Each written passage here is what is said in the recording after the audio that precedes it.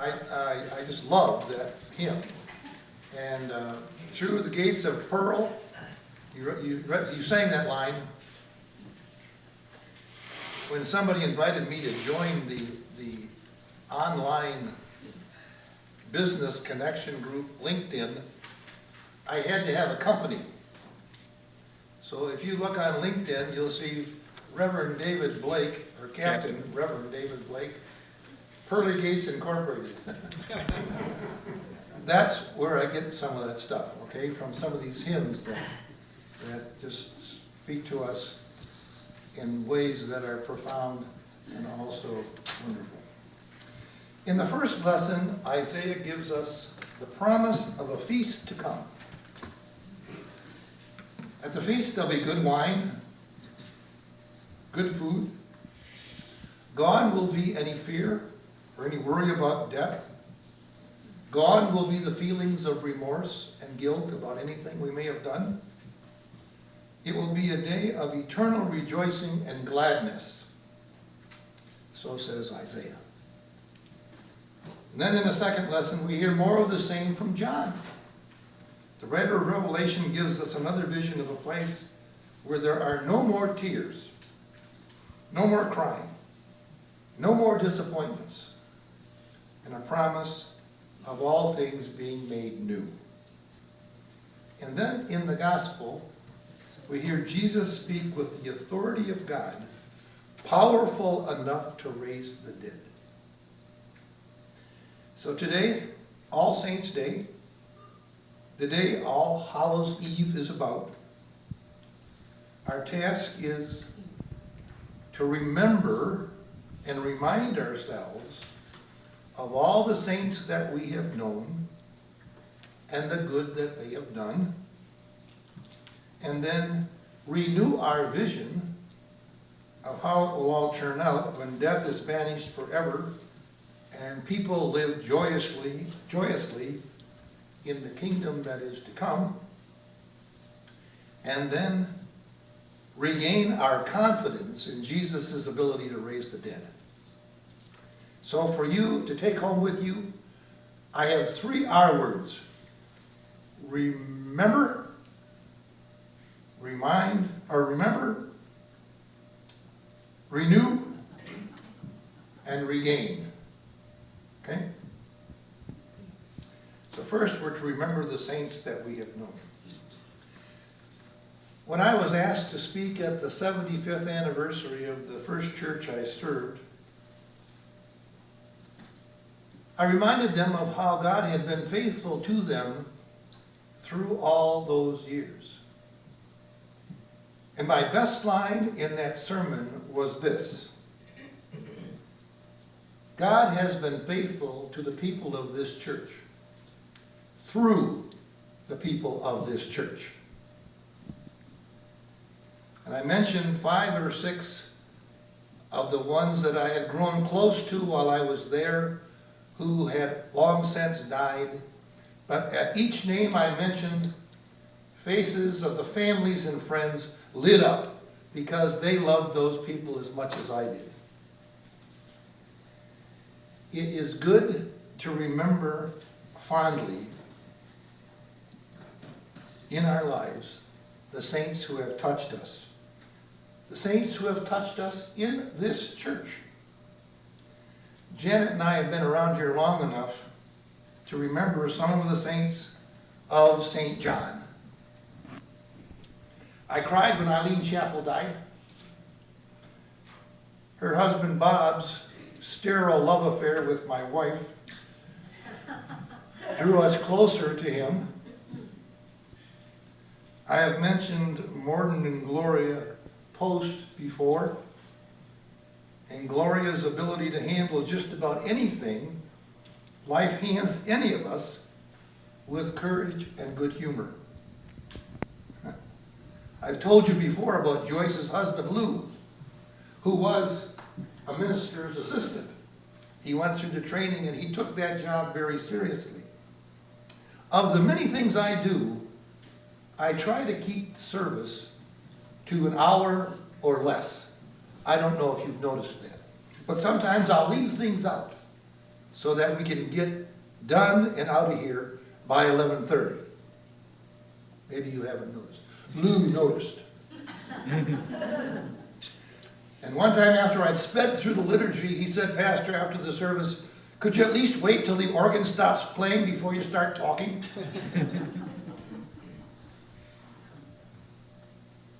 I remember St. Gary Volker, a shriveled up, wheelchair-bound young man, old before his time, enduring kidney dialysis 3 times a week, having an attitude about life that most of us who are fairly healthy could use. Gary's twinkle and just his way left a mark on me. And of course there's Jim Sorensen, quiet way, upholstering the kneelers that we have here, doing other things around the church. And who can forget Barbara Nelson, a survivor, a teacher, a blunt talker, and a fierce Michigan State fan, and just as fierce casino fan. When she would make a big pot, or she'd win a big pot at the casino, she'd ask Janet, what can she do for the kids? Slip her $100. You newer people here should know that you are now sitting where some powerful saints have also sat. And there are many more. And I hope you remember, because it is just a good thing to do. Now, the Catholic Church has a whole book of saints. And you have to be something special to get in that book. But I bet each of us has our own book of saints, who, because we knew them, we have been changed for good. It's good to hear from Isaiah and St. John, who give us a vision of how it is all going to turn out. So I say, remember the saints and renew your vision of how it's all going to turn out. Hold that vision up as you would the brochure for the vacation you just took.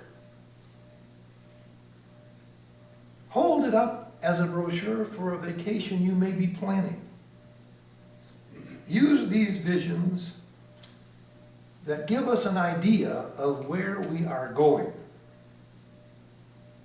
Picture a banquet, a brand new beautiful city, pure joy and delight, an exciting parade of countless people dressed in bright colors, as the hymn for all the saints had us sing, following behind the King of Glory. Or standing on the shore of a river that flows by the throne of God, as we'll sing when I'm through. No more death, no more tears, just goodness and joy. When I used to fly out to Denver to ski, it was called a continuing education for pastors at a ski lodge. I'd go to the airport and I'd see other people at the airport dressed up in their brand new ski parkas with their skis over their shoulder or in their bag. They were already dressed for where they were going. And then there were others who were in summer clothing, bright colors, who were heading for Florida. They were dressed like that place they were heading to, with a picture in their minds of where they were going. And of course there were others with Hawaiian shirts, all dressed up for their time on Waikiki Beach, singing Tiny Bubbles or something. Janet and I are making our plans for our next trip to Florida. And we already have tickets for a daughter and a granddaughter who's coming to visit us. Life becomes better when we have a vision of where it is that we're heading and where it is that we're going to. So remember your saints and renew that picture of a wonderful place to which all of us are headed. Finally, Jesus and his power to raise the dead. I have studied this story of Jesus and his being greatly disturbed and his weeping. The first time greatly disturbed shows up comes when he sees Mary and her crowd weeping because Lazarus has just died.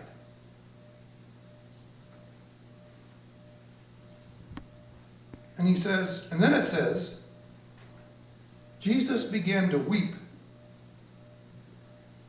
And right away, the interpretation is from the Jews. He was weeping because he loved Lazarus so much.